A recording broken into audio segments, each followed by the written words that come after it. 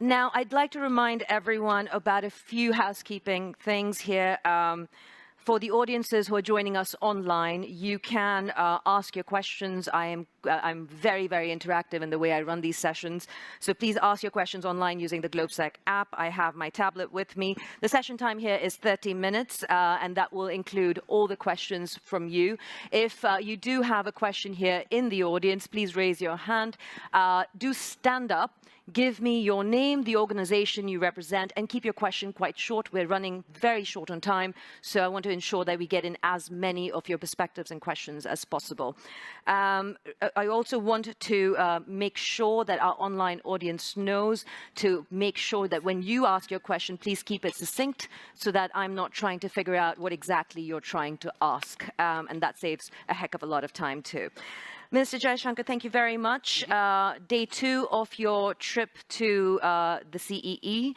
It's been quite a ride since February for not just the region, not just Europe, not just the West, but it is now trickling in terms of effect of what's happening between Russia and Ukraine into the rest of the world, the East, the global South. Paint us a little bit of a picture of India and how India has been impacted. You've come out of COVID, you've had issues on the border with China, you've come out of the Quad with many, many diverse and divergent opinions, and an economy that is looking to make dramatic changes, but in very difficult and turbulent times. So if you can paint us a picture of where India is at right now, and then we will pick up the conversation from there. Okay, let me go with exactly that flow. I think, yes, we are largely out of the COVID, though it never quite goes away.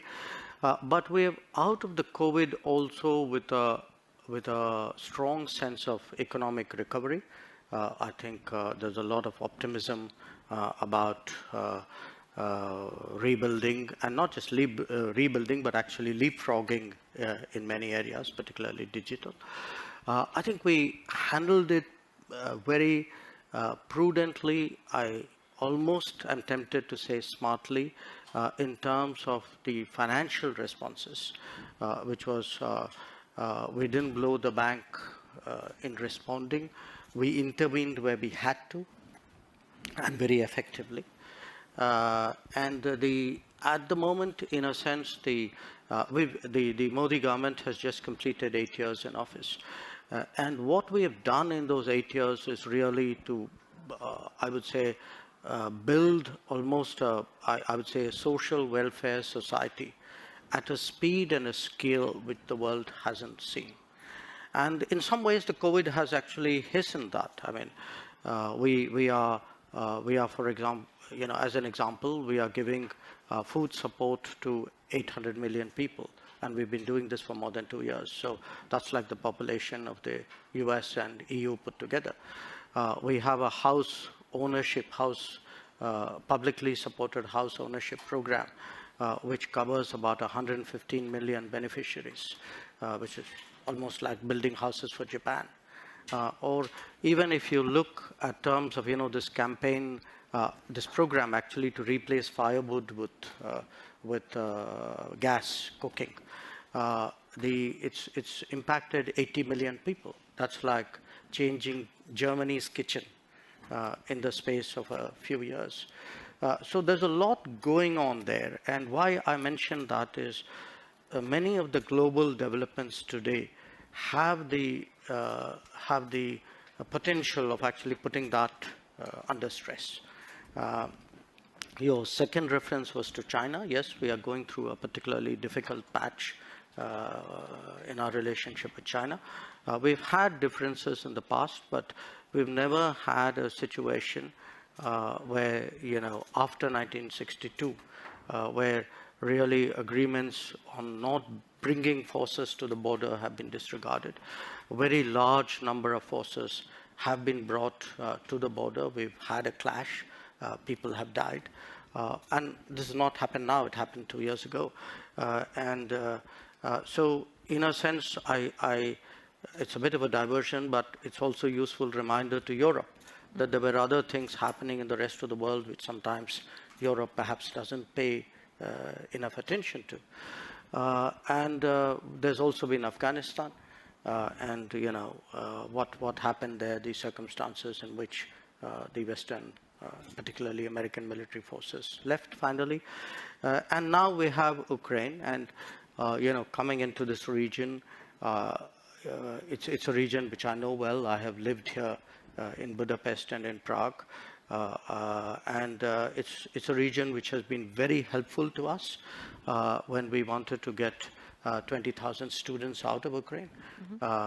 Slovakia, Hungary, Poland, Romania, even Moldova. But I think it's also important for people in the region to realize how this is playing out in the rest of the world, that it is creating a huge fuel crisis, a food crisis, a fertilizer crisis, pushing inflation in low-income societies which don't have the margins really to absorb that. And so it can very quickly become political in many societies. I think that brings up an interesting question that's come in from an online audience member, which is relevant to this, this point that you make about the rest of the world versus right here, right now in Europe or in the West. How interested are the Indian people in the war in Ukraine? Is it a major concern? Is it a minor concern? And you've kind of alluded to the fact that it's affecting fuel, it's affecting food, but how interested is the populace itself? I think it's a major concern. It's a major concern for two reasons. Look, today our existence is very connected. I mean, everybody sees things on the television, on their phones, on the net. So wherever you are, and because bear in mind today India is a very digital society. Even people at lower levels of income, the one thing they do have is the connectivity. So there is a lot of awareness. I don't think anybody, everybody is, to put it mildly, disturbed at the conflict. They see the pictures, they see that happening. But the other part of it is begun to impact people's daily lives. That it's impacting the petrol cost at the bunk. It is impacting your wheat cost in your shopping. It will have impact for farmers to get along with sowing. And I think businesses when it impacts business, because it is impacting business in multiple ways. There's a container problem, there's an insurance problem. You don't get certain commodities, or if you do, the prices are up. So it's disrupting life. And it's not a unique causal disruption. At the same time, I think some of the lockdowns in China are also having an economic impact. But when you disrupt the economy, it shows up in employment. So I think it does trouble people. Trouble people is a very well, it's the job of a government. I understand it would trouble people. I think it troubles people in the West as well when cost of living crisis starts hitting. At some point, when you look at global supply chains, this is a very different world in 2022 that we operate in versus, say, in 1991, pre-liberalization, when India could afford to stand by non-alignment as it was defined then. I think a lot of critics would ask you the increase in your oil imports that have happened between 2021 and 2022, it's 9 times higher as of this month. You have been questioned in terms of that increased oil import from Russia, $95 a barrel for Russian oil, 119 approximately for Brent crude. Is that profiteering? Is that looking out for your own interest? What does that really mean for foreign policy in India? And how do you tie non-alignment with 9 times more oil imports out of Russia? How do you make the two meet? Well, look, first of all, I don't see a non-alignment oil connection at all. Today Europe is buying oil. Europe is buying gas. I just read the new package of sanctions. Now, the package is designed in a way in which consideration has been given to the welfare of the population. So, pipelines have a certain carve-out. And timelines have been given. It's not like tomorrow morning everything's going to be cut off. So people need to understand, if you can be considerate of yourself, surely you can be considerate of other people. So if Europe says, look, we have to manage it in a way in which its impact on my economy is not traumatic, that freedom or that choice should exist for other people as well. Now, in terms of our oil purchases, we don't send people out there saying, go buy Russian oil. We send people out there saying, go buy oil. Now, you buy the best oil you can in the market. So I don't think I would attach a political messaging to that. I would also... How do you not conflate the two? I mean, I know the Indian-Russian relationship is strong, but you also have issues with China. How do you then sit back and define Indian foreign policy at this point where the West seems to be quite vociferous in trying to curtail funding for the war in Ukraine, whereas by purchasing this oil for national interest, India is being asked, are you funding this war? So, look, I mean, I don't want to sound argumentative, but then tell me if buying Russian gas is not funding the war?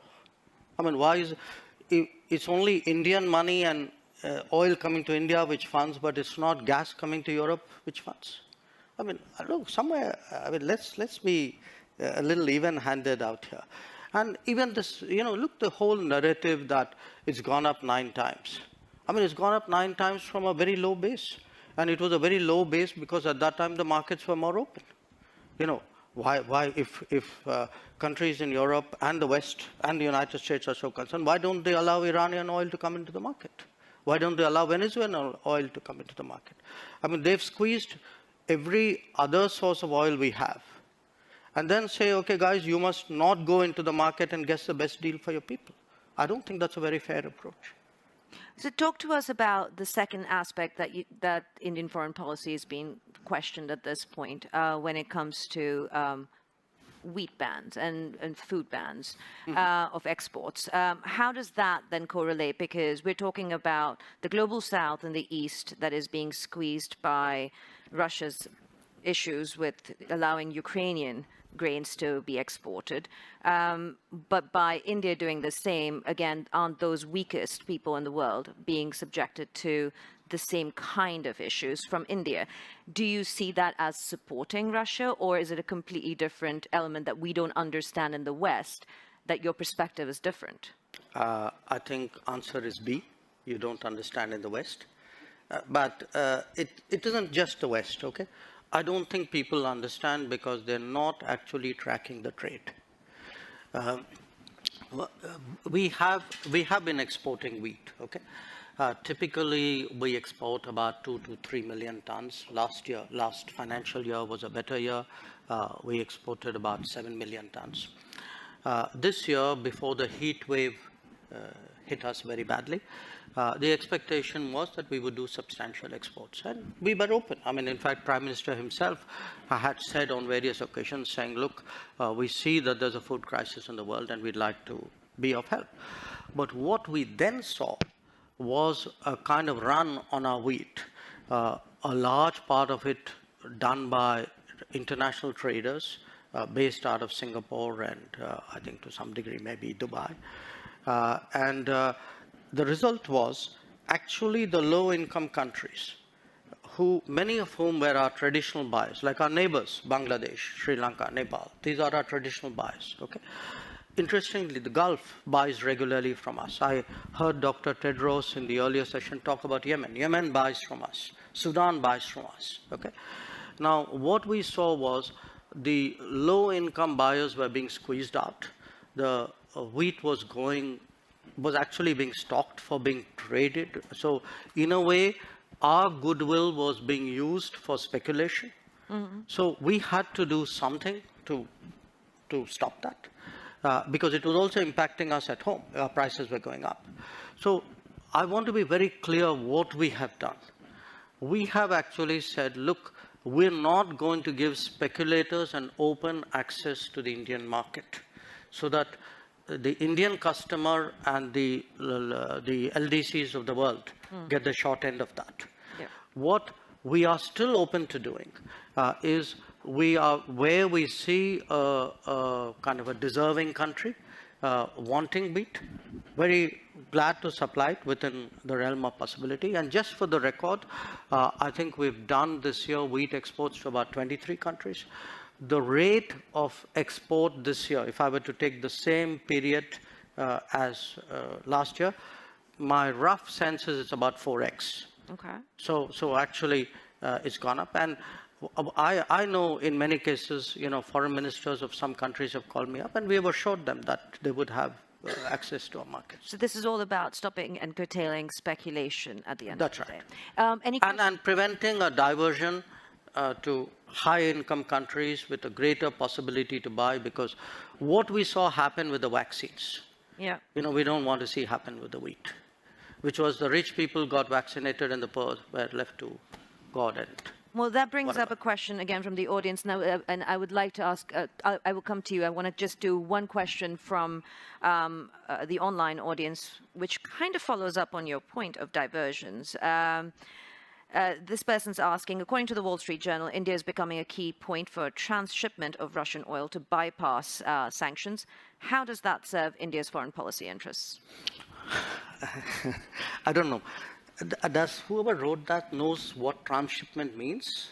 Well, I mean, transshipment is when explain you it to get the it. rest of us. No, when you get it and you sell it to somebody else.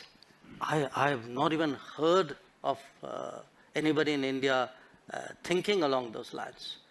So yes, we do buy So you're Russian. saying the Wall Street Journal report is inaccurate, that they're quoting? Politely, yes. Okay. So I can say it less politely, India is but not a conduit to any Russian oil transactions. No, not at all. I mean, listen, please understand the oil markets. There's an enormous shortage of oil. There's a physical shortage of oil. Getting access to oil is difficult. I mean, a country like India would be crazy to get oil from somebody and sell it to somebody else. I mean, this is nonsense. So that is your question answered, and the minister's on the record. Yes, please. If you could stand up, give us your name and a brief question. Konstantin Eggert, freelance journalist from Vilnius, Lithuania. Dr. JAISHANKAR, with the Indian government essentially ignoring war crimes in Ukraine, not condemning Russia, not doing sanctions, Question. you then expect, I'm totally sorry, I know what I do, with India counting on global support for in its struggle with China, its issues with China.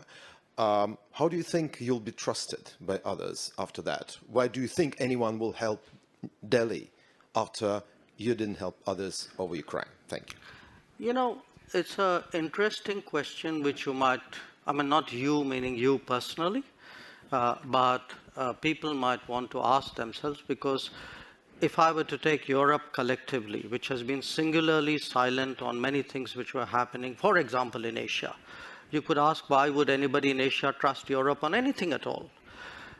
So here's the take. I don't think, I mean, first of all, I think you're mischaracterizing our position, where they have, for example, when Bucha happened, we condemned Bucha. And we actually asked for an investigation into Bucha. In terms of what is happening with the Ukraine conflict, our position is very clearly that we favor an immediate cessation of hostilities. It's not that we've ignored it, unless you call phone calls to Putin and Zelensky as ignoring something. So first, I would urge you to get the factual position accurately. Secondly, in terms of the connection you are making, look, you know, we have a difficult relationship with China. We're perfectly capable of managing it.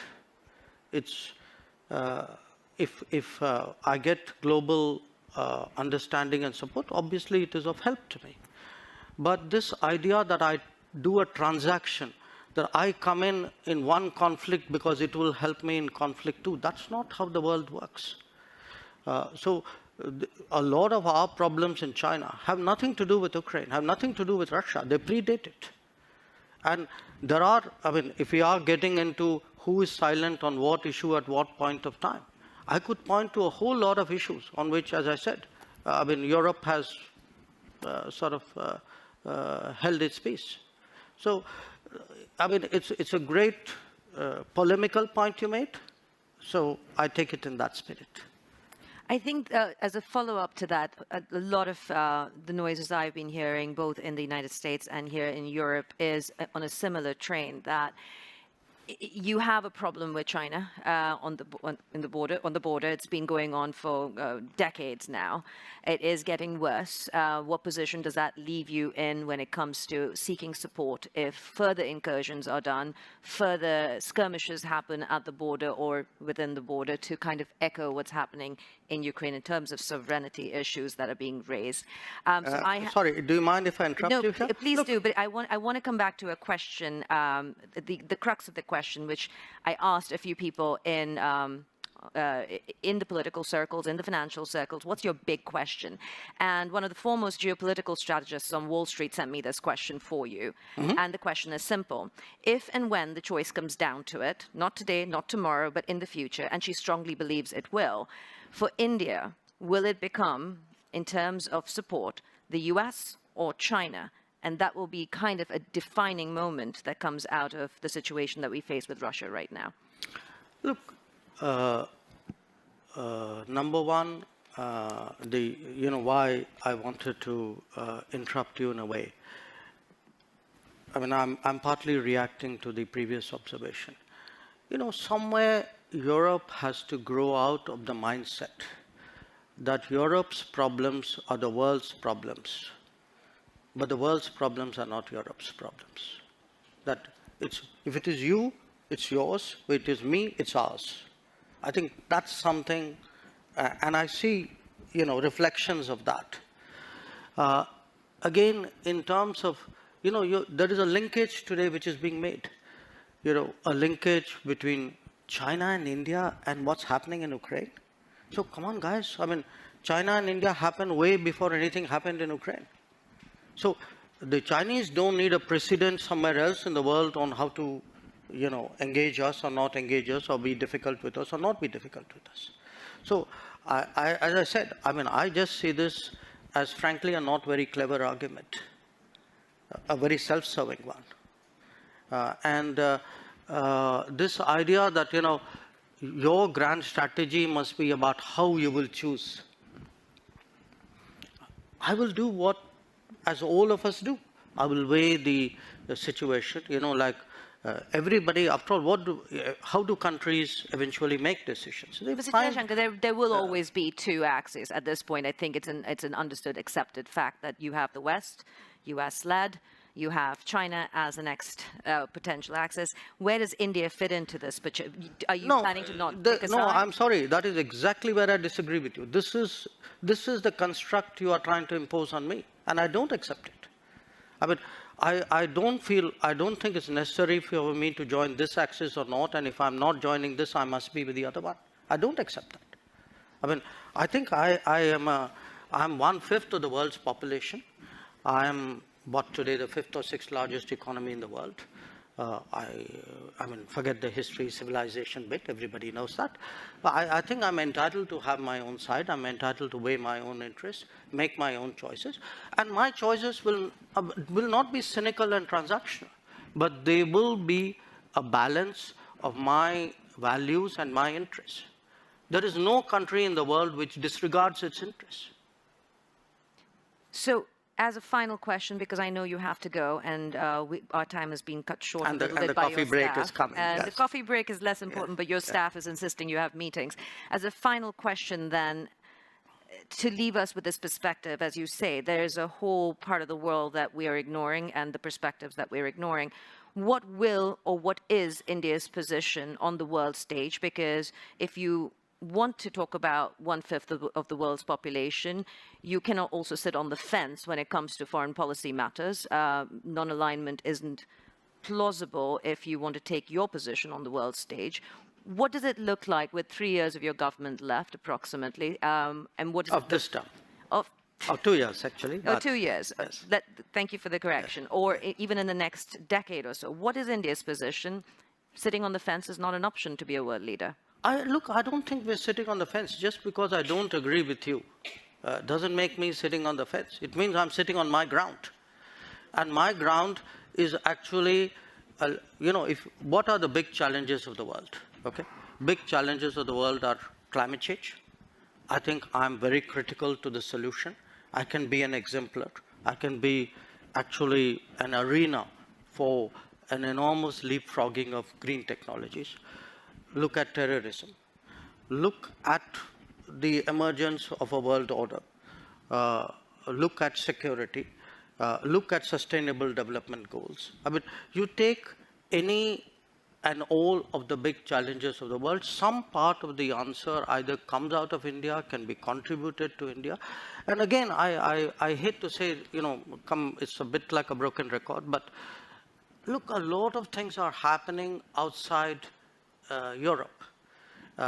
We have, partly because of climate change, for a lot of humanitarian, natural disasters, humanitarian responses. In our part of the world today, a lot of people look to us to help out.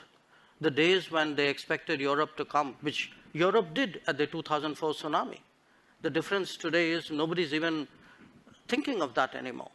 So the world is changing, new players are coming, new capabilities are coming, but a new agenda must come. The world cannot be that Eurocentric as it used to be in the past. And who will India play with? Will it be Europe and the US, or will it be China and Russia?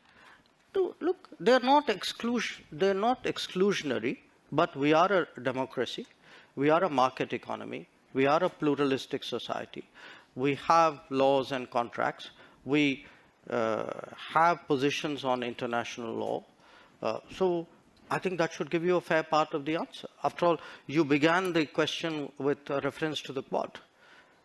Even though we didn't get much time to talk about it, but the fact that you have today a grouping like the Quad, we just had its summit in Tokyo, where very important decisions were made on connectivity, on telecommunications, on supply chains, on cybersecurity, on maritime domain awareness. It should tell you something which direction we're going. So again, I urge you that don't use necessarily a caricature version of one situation as a yardstick to pass a sweeping judgment. Because even on Ukraine, do reflect on this point. Somewhere at some point, surely the conflict has to end. Somebody will have to, a set of people, it cannot be a single country, probably not, will have to engage the players. It is our collective interest to find some kind of resolution, unless you're throwing up your hands and say this is not fixable. So at that point, I think people will need us. Says a diplomat, a career diplomat turned politician, then diplomacy, and keep going with it. Thank you very much, Minister, for joining us, and thank you all for being part of this conversation. Please give him a round of applause. Okay.